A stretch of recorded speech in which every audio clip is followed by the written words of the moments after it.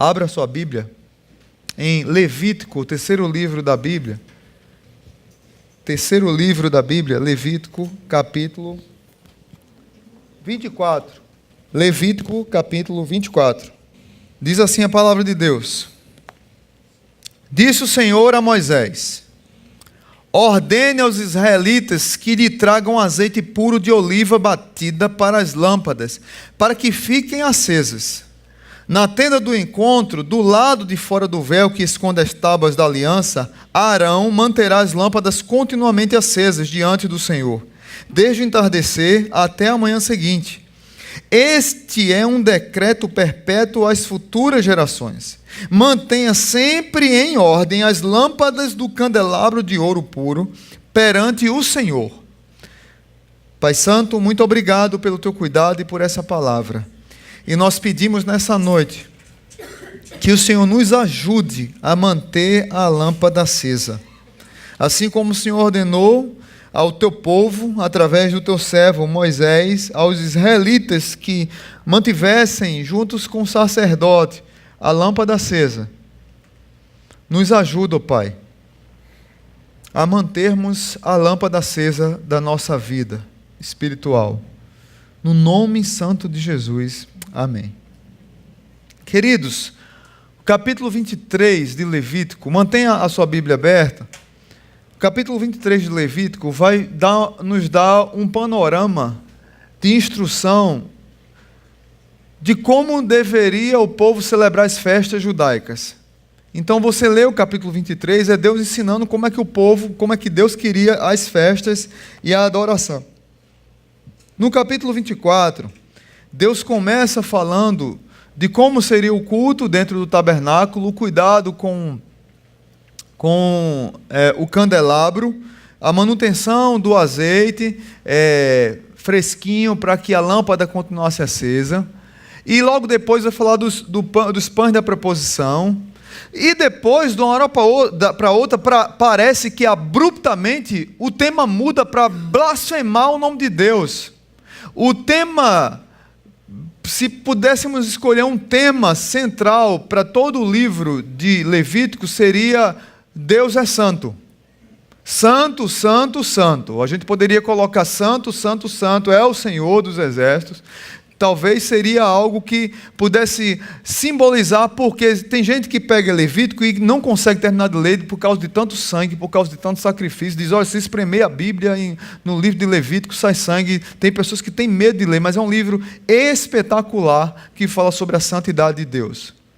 E logo depois, parece, mas não é, que abruptamente Deus muda de festas judaicas para manter a lâmpada acesa, para pães. Daqui a pouco está falando de blasfemar contra o caráter de Deus. Blasfemar contra o nome de Deus. E tem tudo a ver com o mandamento que diz, não usarás o nome do Senhor teu Deus em vão. A ideia de blasfemar, de usar o nome do Senhor Deus em vão, é quando a minha vida, que eu digo que sou filho de Deus, que eu digo que eu sou salvo, quando a minha vida não condiz com a minha prática, com a minha vida de filho de Deus, não condiz com a minha prática. Eu estou blasfemando, eu estou usando de maneira errada o nome de Deus, porque na cultura do Oriente Médio, naquela época, você era conhecido pelo nome da família. O seu caráter, o que carregava o seu caráter, o que abria as portas ou fechava a porta, era o seu nome. Então, está ali andando Marcos, filho de fulano de tal. Então, o nome de fulano de tal, ele carregava. Está ali Josefina, filha de seu Zé da Venda. O seu Zé da Venda tinha um nome na cidade, respeitado, e a filha dele carregava o nome dele. O povo de Deus é convocado em Levítico a honrar o nome de Deus, andando em santidade, porque Deus é um Deus santo. Então tem tudo a ver com o que eu vou pregar hoje. Como é que eu posso manter a lâmpada acesa, pastor? O que é que isso aqui tem a ver com a minha vida? Aí eu vou falar um pouco dos símbolos para que você compreenda. Se você quiser abrir, marca aí mas eu já vou ler, não vou esperar não. Zacarias capítulo 4, verso 1 ao 6. Zacarias é o penúltimo livro do Antigo Testamento, antes de Malaquias. Diz assim, nos ensina sobre o simbolismo do candelabro. Diz assim, depois o anjo que falava comigo tornou a despertar-me, como se desperta alguém do sono, e me perguntou, o que você está vendo? E eu respondi, vejo um candelabro de ouro maciço, com um recipiente para azeite na parte superior, e 7 lâmpadas e 7 canos para as lâmpadas. Há também 2 oliveiras junto ao recipiente, uma à direita e outra à esquerda. Perguntei ao anjo que falava comigo, o que significa isso, meu senhor? E o anjo me respondeu, você não sabe?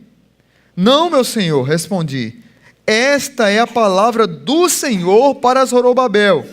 Não por força, nem por violência, mas pelo meu Espírito, diz o Senhor dos Exércitos. Muitos de vocês conhecem esse texto. Ou seja, Zacarias nos ensina o simbolismo do candelabro. O óleo, o azeite, representava o poder de quem? Do Espírito Santo. O azeite simbolizava o poder do Espírito Santo. O candelabro simbolizava os servos de Deus. No caso de hoje, a igreja do Senhor. Nada que acontece no Antigo Testamento é à toa, irmãos. Sempre aponta para o que nós somos hoje, aponta para Cristo, aponta para a igreja. Por isso que nós não podemos desprezar o Antigo Testamento de maneira nenhuma. Nós precisamos pregar toda a Bíblia, porque a Bíblia serve para qualquer momento. Aí lá em Apocalipse, no último livro da Bíblia, Apocalipse, capítulo 1, verso 12, nos ajuda a entender e confirmar o que simbolizava os candelabros. João teve uma visão das 7 igrejas e a palavra diz assim no verso 12 do capítulo 1. Voltei-me para ver quem falava comigo. Voltando-me, vi 7 candelabros de ouro. Os 7 candelabros de ouro simbolizavam as 7 igrejas da Ásia, que simboliza o povo de Deus. Ou seja, o azeite era o poder de Deus, através do Espírito Santo, para manter a chama acesa. O candelabro e a sua unidade simbolizava o povo de Deus, a igreja, e a lâmpada acesa, alguns estudiosos, tem pouquíssimas discordâncias, mas a maioria diz que simbolizava a palavra de Deus, a luz da palavra, ou seja, Jesus Cristo, a luz que brilha. Levítico tem a ver com a gente? Tem a ver? Olha aí. Tem muito a ver com a gente. E aí eu queria tirar algumas lições para a minha vida e para a sua hoje.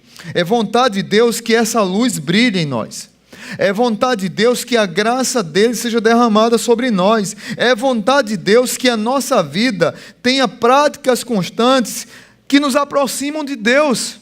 E que muitas vezes nós nos afastamos. Manter a lâmpada acesa nos traz algumas responsabilidades, queridos. Domingo passado, eu trouxe uma mensagem muito dura para a igreja. Muito dura mesmo. Alguns irmãos mandaram mensagem, disse, pastor, pelo amor de Deus, que palavra dura. Jesus pregou palavras duras e disse assim, muitas vezes, olha, quem está comigo, venha para cá, quem não está, pode ir para lá. E ia diminuindo, e ele não estava preocupado com isso. Ele estava preocupado com o compromisso com o Deus Santo que nós temos. E com o nome dele mesmo.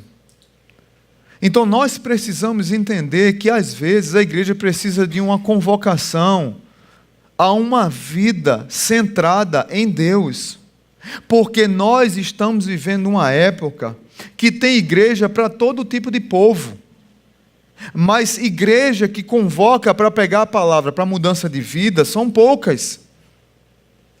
E vai ser natural se elas diminuírem ou não. Vai ser natural. Se crescerem ou não. Isso não quer dizer que todas as igrejas que crescem é porque não prega a palavra. Negativo. Tem igreja que cresce e prega a palavra com fidelidade. Mas a maioria não prega com seriedade. A maioria. Isso eu não tenho dúvida alguma. Então eu queria desafiar você a deixar o seu coração ser moldado por Deus. E que você entenda que manter a chama acesa é responsabilidade sua. Bata no peito e assuma. Para de meninice evangélica. Para de meninice de crente. Para de ser carnal, usando argumentos demoníacos para que você não cresça espiritualmente e sempre ponha a culpa nos outros. Para que você não desenvolva a fé e ponha a culpa nos outros. A palavra diz assim, olha, vocês já deveriam ser mestres, mas ainda estão necessitando de leite espiritual. Por que diz isso, gente? Porque tem pessoas que têm milhares de anos na igreja, mas têm comportamentos que não confirmam que a pessoa é um cristão. E a pessoa precisa mudar e crescer, desenvolver na fé, com temor e tremor. Assim desenvolva vocês a vossa salvação. Então hoje eu queria tirar 3 lições, vou tentar ser breve. Eu prometi que seria breve a minha esposa, ela disse que eu não ia conseguir. Ela e Larissa me ajudou a preparar o esboço. Olha aí, pregação em família hoje. Manter a lâmpada acesa nos faz alguns convites. Primeiro convite. Manter a lâmpada acesa é um convite ao princípio da busca. Manter a lâmpada acesa é um convite ao princípio da busca. Verso 2 diz assim: ordene aos israelitas que tragam azeite puro de oliva batida para as lâmpadas, para que fiquem sempre acesas. Ou um dia sim, um dia não acesa? Um dia sim, 10 não acesa? Sempre acesas. Vocês devem buscar, devem trazer. Como manter essa lâmpada acesa? É possível que o nosso fogo com Deus apague. É possível que a nossa vida espiritual morra. É possível que a nossa vida espiritual pare de brilhar. É sim possível.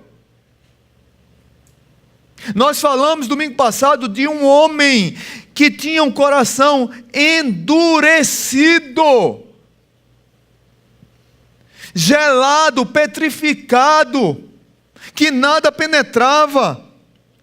Por incrível que pareça, a ordem do Senhor para o povo de Israel foi para que eles buscassem, que eles tivessem um princípio de buscar, o princípio de agir, o princípio de arregaçar as mangas e ir lá. Deixa eu fazer uma pergunta para vocês. Deus não poderia providenciar o óleo para que a lâmpada num tabernáculo que simbolizava a presença de Deus ficasse acesa?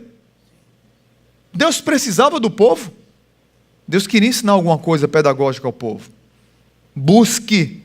Deus poderia dizer quem eram os responsáveis pelo serviço do culto. Eram os levitas. Deus poderia dizer os levitas que são responsáveis pela arrumação do tabernáculo, pela guarda, pelo culto, por toda a organização litúrgica, eles vão providenciar o azeite. Não! Deus chamou o povo de Israel para buscar o azeite e trazer para os levitas e trazer para os sacerdotes. Toda a congregação participava do ato de manter a lâmpada acesa, ou seja, todos têm responsabilidade espirituais e individuais e comunitárias de manter a lâmpada acesa. Mas tem um detalhe aqui que não está num texto, mas a ideia é essa. Para que o óleo mantivesse a lâmpada acesa com mais intensidade, tinha que ser de uma boa azeitona e tinha que ser prensado da maneira correta. O óleo não podia ser qualquer óleo. Tinha que ser prensado da maneira correta de uma boa azeitona. Para que a chama do fogo permanecesse bem acesa. Ou seja, o povo tinha que buscar. E além de buscar, tinha que buscar com qualidade. Não era só buscar. Padrão era Hagai, né, Marcos? Padrão, né? Padrão é alto, né? Aqui é uma piada interna entre a turma que foi por Hagai e depois vocês vão entender. A minha oração é que todos vão e voltem tudo assim, desorientado. Ô glória. Amém? Aí eu quero ver essa igreja pegar fogo. Aí o fogo pega mesmo. Jeremias capítulo 29 diz assim: então vocês clamarão a mim, virão orar a mim e eu vos ouvirei. Vocês me procurarão e me encontrarão quando me buscardes de todo o vosso coração. Queridos, nós temos buscado o Espírito Santo, nós temos buscado a Deus, é princípio, não é apenas para um momento ou para um dia, nós temos buscado a Deus transformação na nossa vida, nós temos buscado a ação do Espírito Santo na nossa vida para que nós tenhamos as nossas experiências pessoais com Deus. Ou nós nos acostumamos a ir para a igreja dia após dia, domingo após domingo, e dizer que somos crentes, ou aquela cultura, para mim uma das culturas mais malditas que tem dentro da igreja, é de achar que eu sou filho de crente, eu sou crentinho também. Não, eu me acostumei a ser crente, porque eu sei todos os meandros e caminhos da religiosidade, eu sei todos os meandros, cantos, caminhos de como fazer um culto, de como fechar o olho, de como dar uma palavra mais forte, de como dar um jeito de que eu estou sendo tocado pelo Espírito, balela, mas a minha vida não queima, meu coração não arde, minha vida não é transformada, eu sou uma farsa, um ator, um teatro. Quantos estão assim dentro das nossas igrejas? Tem muitas igrejas cheias de pessoas vazias de Deus.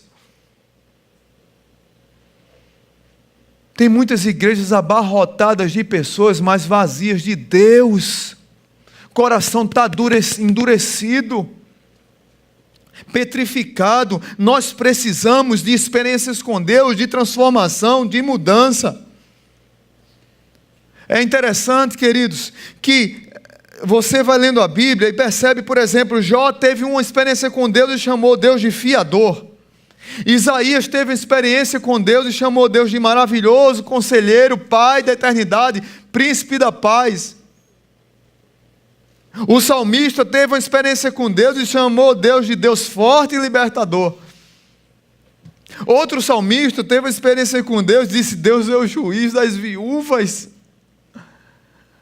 Veja como Deus está disponível, gente, em vários contextos, em várias situações, e nós não temos buscado. Paulo tem uma experiência com Deus e diz: Deus é o Deus de toda consolação. Marcos tem uma experiência com Deus e diz: Deus é o nosso bom pastor.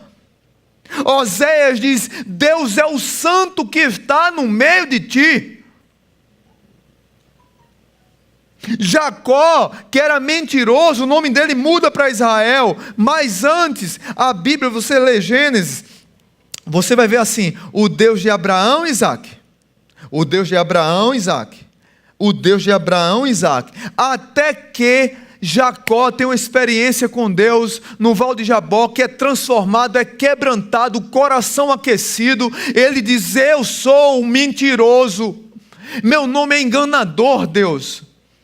E Deus toca nele, ele é transformado e muda o nome para Israel. A partir daquele momento a Bíblia começa a dizer assim: Deus é o Deus de Abraão, Isaque e Jacó.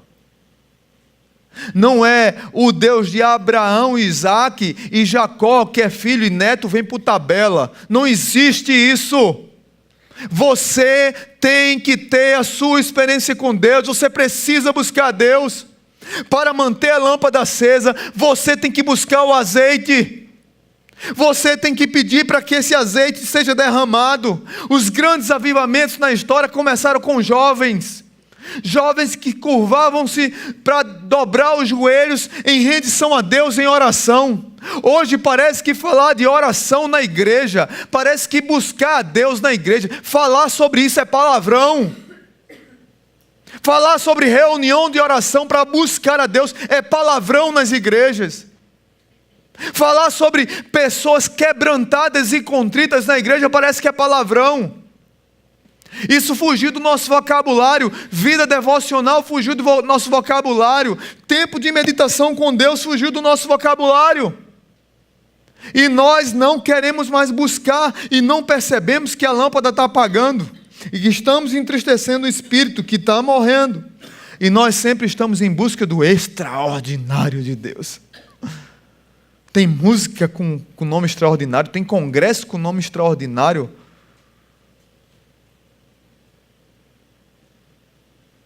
Eu estou em busca de crentes que sejam ordinários. Não no mau sentido da palavra, mas ordinários no sentido de buscar a Deus ordinariamente, dia após dia, semana após semana.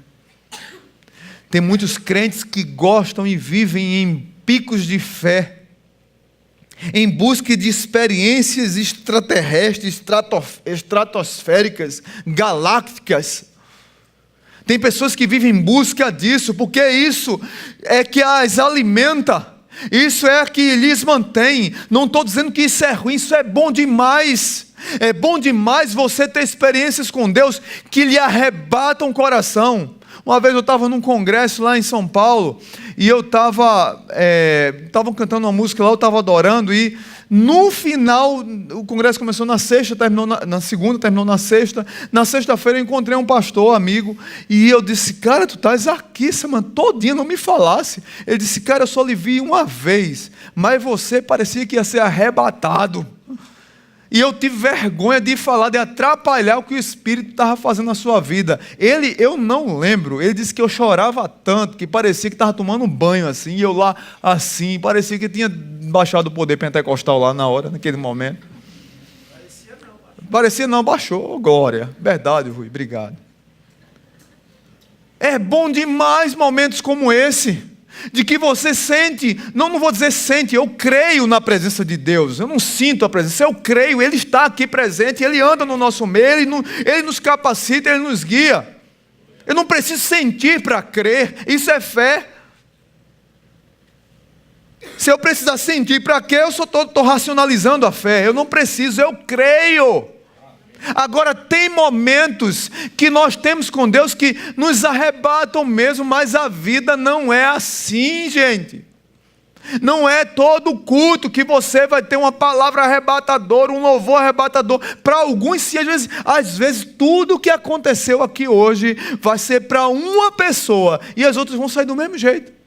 Mas uma pessoa vai sair hoje desse jeito, comer uma feijoada que saiu de baixo assim, vai sair assim hoje assim.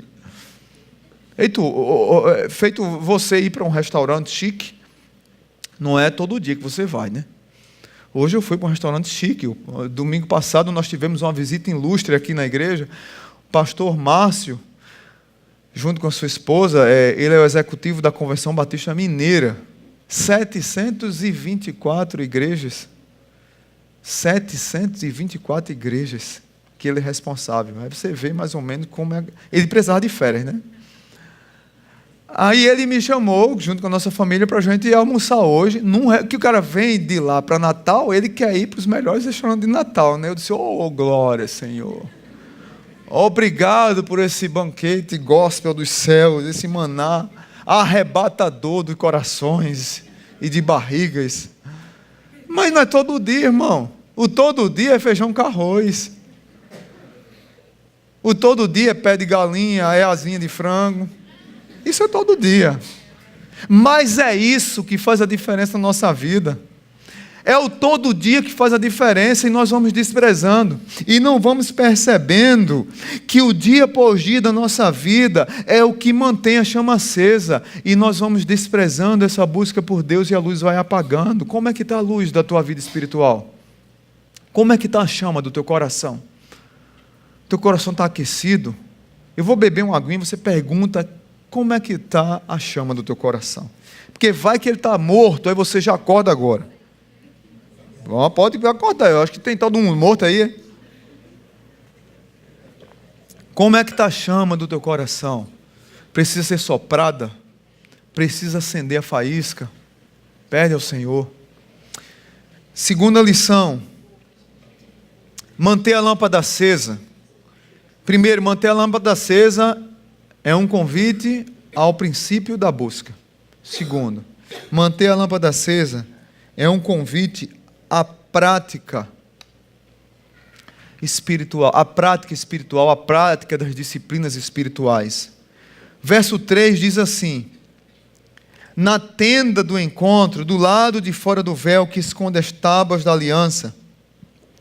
Arão manterá as lâmpadas continuamente acesas. Vou ler novamente. Arão manterá, parece até redundante, manterá as lâmpadas continuamente acesas diante do Senhor, desde o entardecer. Ele fala 3 vezes a mesma coisa. Manterá continuamente e desde o amanhecer até a manhã seguinte. Ou seja, é para que ele não esqueça.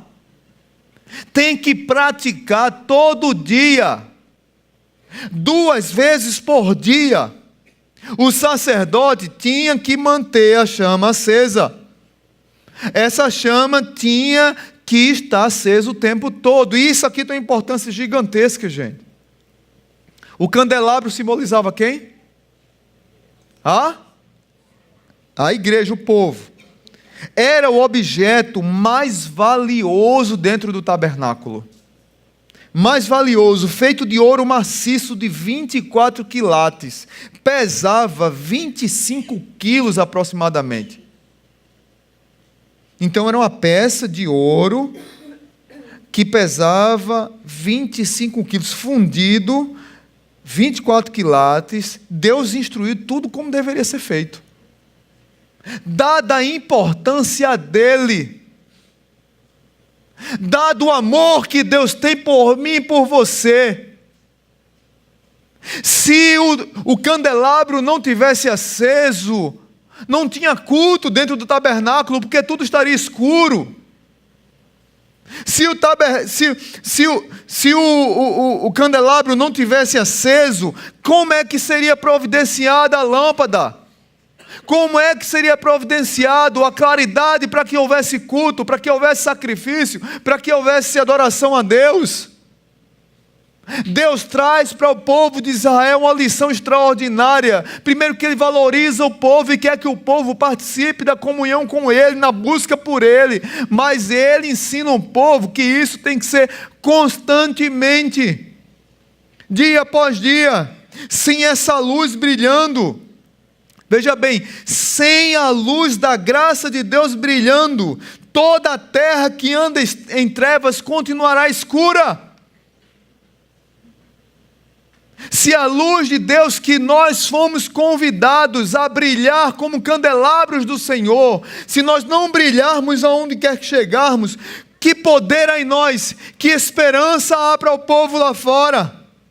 A lâmpada não pode apagar, porque onde você chegar tem que iluminar o que há em trevas. Já preguei aqui sobre João capítulo 8, aquela mulher pega em adultério. Os fariseus chegam diante daquela mulher, quer apedrejá-la. São tudo safados, sem vergonha. Crente traíra, que aponta para todo mundo, mas não olha para o seu próprio pecado. Porque não era só ela para ser apedrejada, era para o cara que traiu também, mas só levaram a mulher lá. E ainda jogam casca de banana para Jesus cair. Sabe por que os fariseus acusavam e queriam pegar Jesus num erro para derrubá-lo? É porque a luz de Jesus revelava as trevas que havia no coração dos fariseus. A luz de Jesus, a luz que há em nós, deve revelar as trevas que há no mundo, irmãos. Por isso que essa luz tem que estar acesa. Porque quando a luz chega, há esperança. Quando a luz chega, o que está errado se revela. Quando a luz chega, há alegria para aqueles que estão em trevas e queriam sair da escuridão. Quando a nossa luz se transforma em escuridão, não há um meio do povo enxergar a graça de Deus.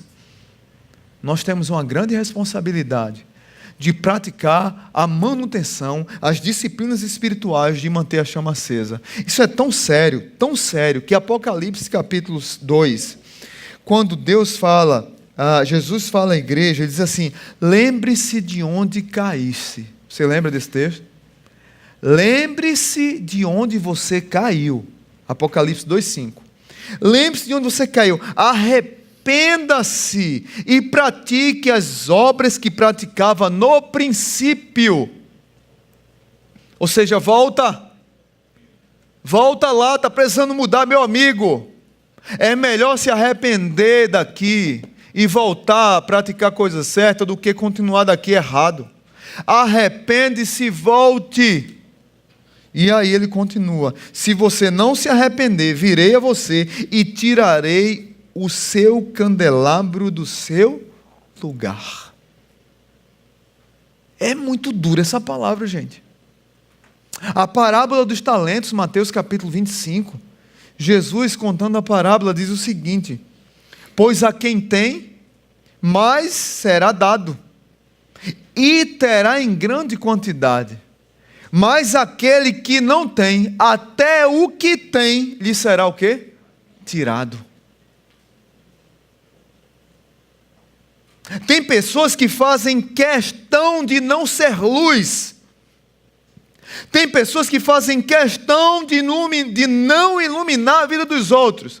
Tem pessoas que fazem questão de ser trevas na vida dos outros. Tem pessoas que fazem questão de escurecer o ambiente e se dizem crentes. Porque não praticam disciplinas espirituais, não buscam a Deus, não adoram a Deus de verdade. Há muito tempo que, e alguns até praticam, mas praticam como religiosidade, e isso é morte na certa. É interessante que um dos livros melhores que eu já li na minha vida chama Celebração da Disciplina. E logo nos primeiros capítulos ele diz assim, mais ou menos assim: sinal de morte é você praticar disciplinas espirituais como um religioso, e não como alguém que quer ter o coração aquecido. Não como um discípulo de Jesus. Nós aprendemos a ser crente, mas será que somos discípulos? Queridos irmãos, nós precisamos orar para que Deus traga de volta à igreja de Jesus aqueles irmãozinhos simples que pegam a Bíblia, escutam um hino, leem 10 versículos bíblicos e passam um tempo ajoelhado com a sua Bíblia, ouvindo o hino e orando. Um tempo simples de devocional que muitos aqui há muito tempo nem pegou mais na Bíblia. Tem gente que esquece a Bíblia aqui na igreja. 7 meses depois, 7 meses, perdeu R$50. Aí 7 meses depois encontra a Bíblia no banheiro ali, porque alguém já pegou emprestado e também perdeu. Aí o cara, caramba, achei R$50. Aí depois ele vai olhar, era a Bíblia dele que ele perdeu faz 7 meses. Cadê o povo que lê a Bíblia e que deixa essa Bíblia penetrar no seu coração para que haja mudança e para que você seja sal da terra e luz do mundo? Cadê esse povo? Cadê esse povo que ouve uma música e deixa essa música queimar, arder? Aqueles hinos antigos, né? Que você sentava para adorar a Deus, né? Chora Israel, Babilônia não é teu lugar. Olha aí, se eu botar aqui os velhos, tudo encanta. Clama, não é não? Eu sei que vocês cantam. Ou então aquela outra: pede socorro, ninguém te ouve, num teu gemido quanta aflição. Pois o socorro vem lá do alto, ouça agora a voz da salvação. Vamos lá, a turma da Blé canta.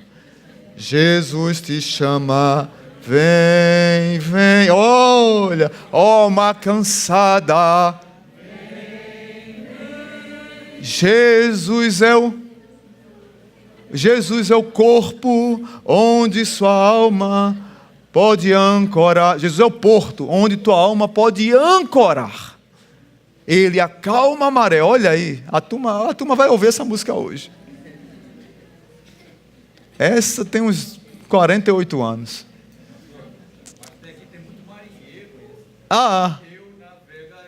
Olha aí, essa é boa. É verdade, essa é bonita também. Então nós precisamos de tempos simples como esse, gente, de dobrar os joelhos, e nós não temos feito, porque nós somos ocupados demais. Porque nós não buscamos a Deus? Porque nós não temos práticas espirituais na nossa vida? Porque nós somos ocupados demais. É muita coisa que a gente faz, é muito estresse, é muita tecnologia, é muito entretenimento, é muito trabalho, tudo é muito. E Deus nos chama para coisas simples, e que essas coisas simples é que vai nos manter de pé na hora das tempestades, na hora das aflições, das angústias, das lutas. São essas coisas simples que vão nos manter firmados. Mas essas coisas simples não fazem mais parte da nossa vida, porque são coisas simples. Nós precisamos pôr o pé no freio. Nós precisamos pôr o pé no freio. Às vezes tem um não crente que quer bater um papo com você, ele está desesperado querendo Jesus, mas você não tem tempo de sentar com ele para pregar o evangelho para ele, porque você está muito ocupado.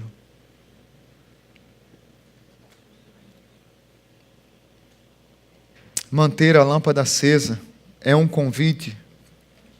Primeiro vamos lá? Ao princípio da busca. Segundo, a prática das disciplinas espirituais. E terceiro, manter a lâmpada acesa é um convite à poda da vida. PPP. Princípio, prática e poda. Verso 4 diz assim: mantenha sempre em ordem as lâmpadas do candelabro de ouro puro perante o Senhor. Mantenha sempre em ordem as lâmpadas do candelabro de ouro puro perante o Senhor. Todas as manhãs, o sacerdote entrava no santo lugar e ele usava, era a sua principal missão do dia, era entrar no santo lugar com um objeto chamado espevitadeira. Espevitadeira. Era uma tesoura. Era uma espécie de tesoura que tinha uma ponta que encaixava lá naquela candelabro, num copinho assim do candelabro, e que tinha aqui o morrão, o pavio, e a espevitadeira entrava lá e cortava o pavio. Ele tinha que aparar o pavio todo dia, a ponta do pavio que estava endurecido e carbonizado.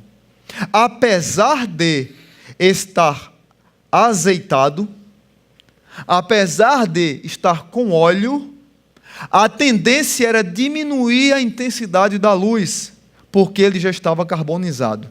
Então tinha que cortar para que tivesse um pavio novo, para que a chama continuasse viva, porque a chama começava a apagar. Ou seja, na nossa vida cristã, é natural que precisemos da espevitadeira do sumo sacerdote Jesus Cristo para nos podar. Porque em muitos momentos na nossa vida, nós começamos a perder a intensidade e os bocais de luzes que deveriam estar acesos começam a apagar e nós não vamos percebendo. Mas o sumo sacerdote fazia isso e era o ofício dele. Podar para manter a lâmpada acesa. Podar para que as coisas que não agradam a Ele fossem cortadas e dirimidas na nossa vida. Podar para que nós nos submetamos a Ele. Muitos de nós, queridos irmãos, estamos com as vidas endurecidas em alguma área. Apesar de ainda ter algum óleo, tem muita gente dentro de igreja com o coração duro. E a luz nessa vida não brilha adequadamente. Não estou dizendo que a pessoa não é crente, não estou dizendo que a pessoa está com raiva da igreja, não. A vida está morrendo, a pessoa não está percebendo, e Deus está querendo soprar nova luz, derramar o Espírito, dar um novo tempo, um novo momento, mas o coração está duro, não percebe, e não aceita quando pessoas são usadas por Deus. Uma série dessa, usada por Deus para confrontar, tem pessoas que ficam com raiva. Todos nós precisamos de um Samuel na nossa vida, que disse assim: Saul, cara, Saul, cala a sua boca. Saul, cale a sua boca, Saul. Para de ser estúpido, imbecil, hipócrita, de ter uma vida dupla, Saul. Todos nós precisamos de um Natã, que diz: Davi, tinha uma mulher aqui, pobrezinha, um que tinha uma ovelhinha ali, mas veio um fazendeiro e pegou lá a ovelhinha do pobre lá. Quem é esse homem que eu vou pegar ele pelo pescoço hoje? É você, seu idiota. É você, Davi.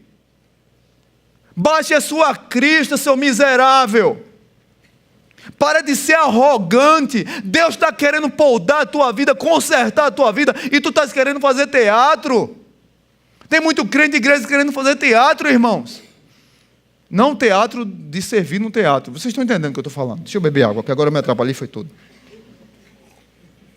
Senão o Marcos me pega depois. Já estou encerrando. Tem muita gente na igreja querendo fazer teatro de uma vida que não existe e que não tem. E quer manter isso.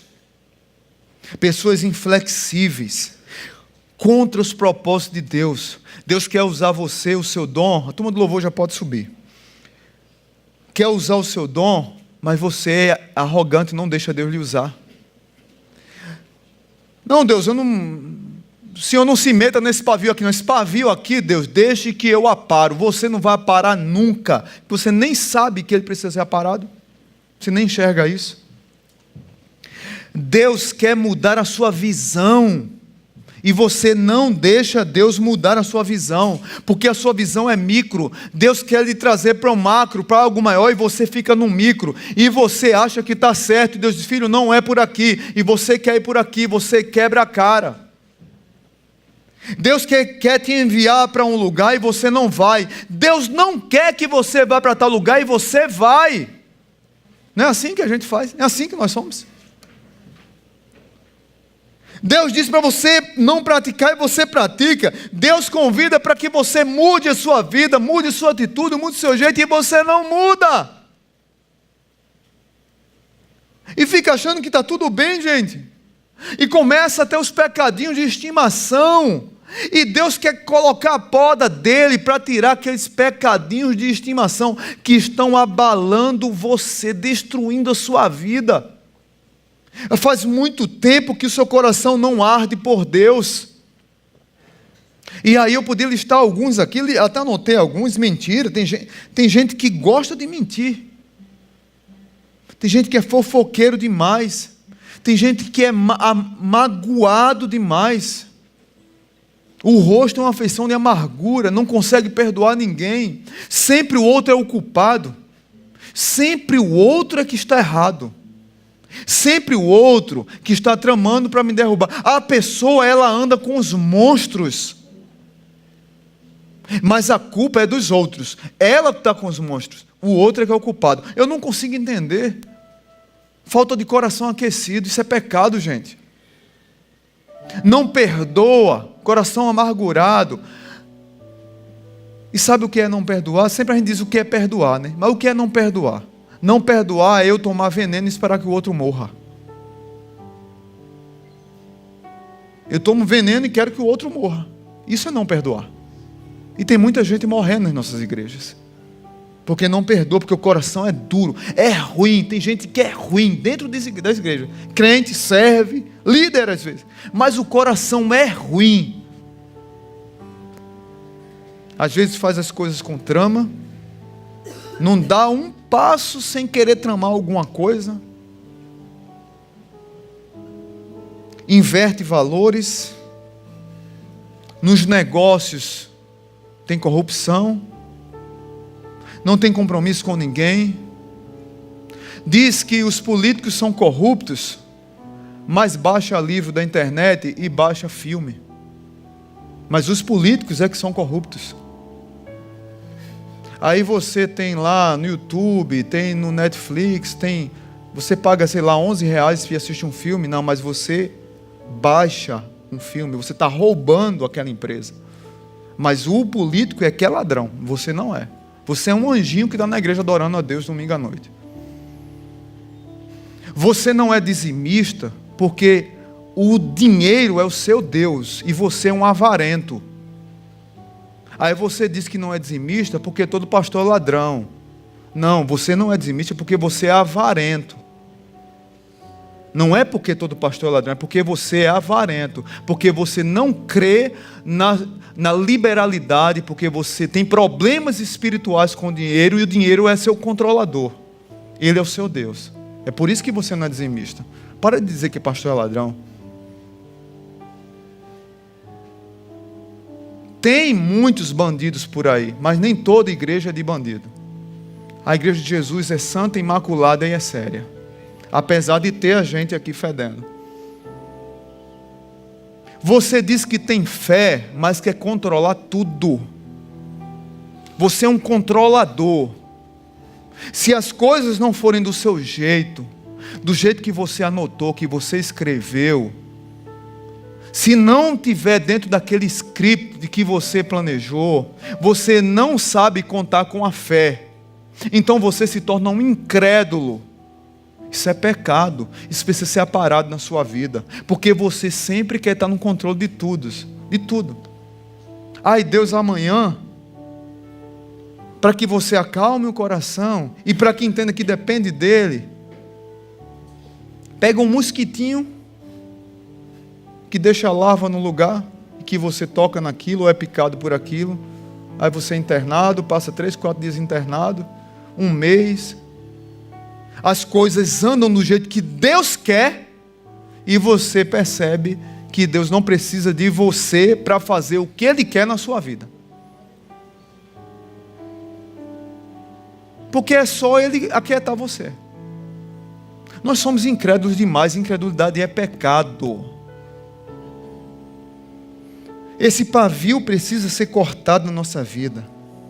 Nós somos maledicentes, a nossa língua fere as pessoas demais. Sempre que nós falamos é com um ataque a alguém, ou sempre procuramos o defeito dos outros. Sempre não, o irmão é bom, mas sabe como é, né? Aquele sorriso de Satanás, assim, sabe? Fulano é gente boa, mas quando você diz isso, olha, pode se preparar que uma víbora, o Det Reutemann baixou ali. Ou então Nazaré, né? Nazaré. Mais nova, né, gente? Pastor é noveleiro. Baixou ali. Mas você é maledicente, a sua língua é muito grande. Não, minha língua é boa, pastor, eu abençoo. Abençoa não, a Bíblia diz, não saia da sua boca a palavra torpe, não seja maledicente. Não, minha língua é tão boa, pastor, que vai ter 2 enterros, um para o meu corpo e outro para a minha língua. Se precisa, ela é tão grande que vai precisar de 2 caixões. Essa semana teve uma briga no Facebook de uma denominação. E eu nunca vi tanto crente maledicente. 2 homens de Deus pegaram um áudio de uma assembleia, de uma conferência, e colocaram 2 homens de Deus, inclusive não vou citar nomes aqui para não alimentar isso, e juntaram os áudios como se esses 2 homens tivessem brigado na assembleia por um determinado assunto. E disseram, essa denominação está rachada, e fulano de tal está desviado, e ciclano está toda uma algereza. E os crentes compartilhando isso na internet, compartilhando a briga de 2 pastores, homens de Deus. Eu posso discordar deles em algum, mas eles são bênçãos no nosso país. Eu espero que nenhum crente da Zona Sul tenha compartilhado isso. Eu espero. Eu vou pesquisar no Facebook. Eu vou pesquisar, porque é agora que eu pensei nisso. Porque, meus irmãos, se eu pegar, eu vou nomear aqui a comissão interdisciplinar da igreja. Para a gente fazer uma disciplina aqui. Tá, 6 meses de disciplina. Fofoqueiro, maledicente. Aí a turma começou a compartilhar isso, aí chegou no pastor, o pastor escreveu uma nota. Os áudios foram montagens da assembleia. O pastor, tipo assim, um pastor falou de 2 da tarde, o outro falou de 7 da noite. Juntaram as palavras como se estivessem um brigando com o outro. Pegaram vaias de outros eventos, ou até de lá mesmo, vaias, aplausos, como se os dois estivessem brigando, gente. Jogaram isso na internet. Os crentes que estavam compartilhando isso, os crentes que estavam compartilhando isso. O coitado teve que divulgar uma nota para dizer que não tem nada a ver, que ele é contra o outro naquela posição, mas não aconteceu aquilo. Falaram em horários completamente diferentes, mas os crentes na internet compartilhando isso. Onde é que a gente vai parar, gente? Que lâmpada que a gente está acendendo para que o mundo veja? E nós achando que está tudo bem, o Senhor Jesus diz lá em João capítulo 15, o sumo sacerdote, aquele que deveria avivar o nosso coração, cortar o nosso pavio, desse tabernáculo podre, escuro, mas que Ele colocou o seu azeite, o seu espírito, para que essa coisa podre aqui andasse em luz, em novidade de vida. O sumo sacerdote, Jesus diz: eu sou a videira verdadeira e o meu Pai é o agricultor. Todo ramo que estando em mim não dá fruto, Ele corta. E todo que dá fruto, Ele poda, para que dê mais fruto ainda. Manter a lâmpada acesa é um convite à poda. A poda não é que Deus está com raiva de você. A poda é que Deus ama você e quer que você volte a brilhar. A poda é que Deus quer que essa luz continue acesa, flamejando, pregando o Evangelho. Você precisa querer experimentar Deus novamente, irmão. Tem pessoas que há muito tempo não têm mais experiências com Deus, e Deus está querendo trazer de volta a você para a presença dEle, porque esse pavio está duro, está carbonizado, e Ele quer continuar derramando óleo e aparando essas arestas para que você volte a brilhar novamente. Você é especial demais. Você é amado demais. Por isso que Ele quer manter você aceso, porque você é amado. Senão Ele não queria. Mas quando Deus começa a podar a gente acha que Deus está com raiva. Não, Deus está querendo nos usar poderosamente mais. E mais do que pedimos ou pensamos. Para que se cumpra o que diz lá em Mateus capítulo 5. Assim brilhe a sua luz, assim brilhe a luz de vocês diante dos homens, para que vejam as suas boas obras e glorifiquem o Pai de vocês, que está nos céus. Qual é o pavio carbonizado que tem entristecido ao Senhor na tua vida? Qual é o pavio que tem enfraquecido a tua luz? Qual é o pavio da tua vida que está precisando receber a espivitadeira do sumo sacerdote Jesus Cristo? Faça essa reflexão e coloca diante de Deus qual decisão você vai tomar hoje. Amém? Pai bendito, muito obrigado. Renova nossas vidas, Senhor. Renova nossas vidas. Mantenha, Senhor, essa lâmpada acesa. Mantenha essa lâmpada acesa, Senhor. Tem muitas pessoas no nosso meio que precisam acender esse fogo, essa chama de novo. Tem pessoas talvez que estão precisando ser aparadas pelo Senhor, mas não têm permitido que Jesus chegue em suas vidas. Chega nesses corações trazendo paz, calma, entendendo que a poda do Senhor é porque o Senhor ama. Entendendo que buscar o Senhor, que praticar disciplinas espirituais é porque eu preciso, não que Deus precise da minha busca, eu é que preciso buscá-lo. Que o princípio de buscar o azeite é o princípio de buscar o enchimento do Espírito Santo na minha vida. É eu que preciso. Fala aos nossos corações e renova nossas vidas. No nome de Jesus. Amém.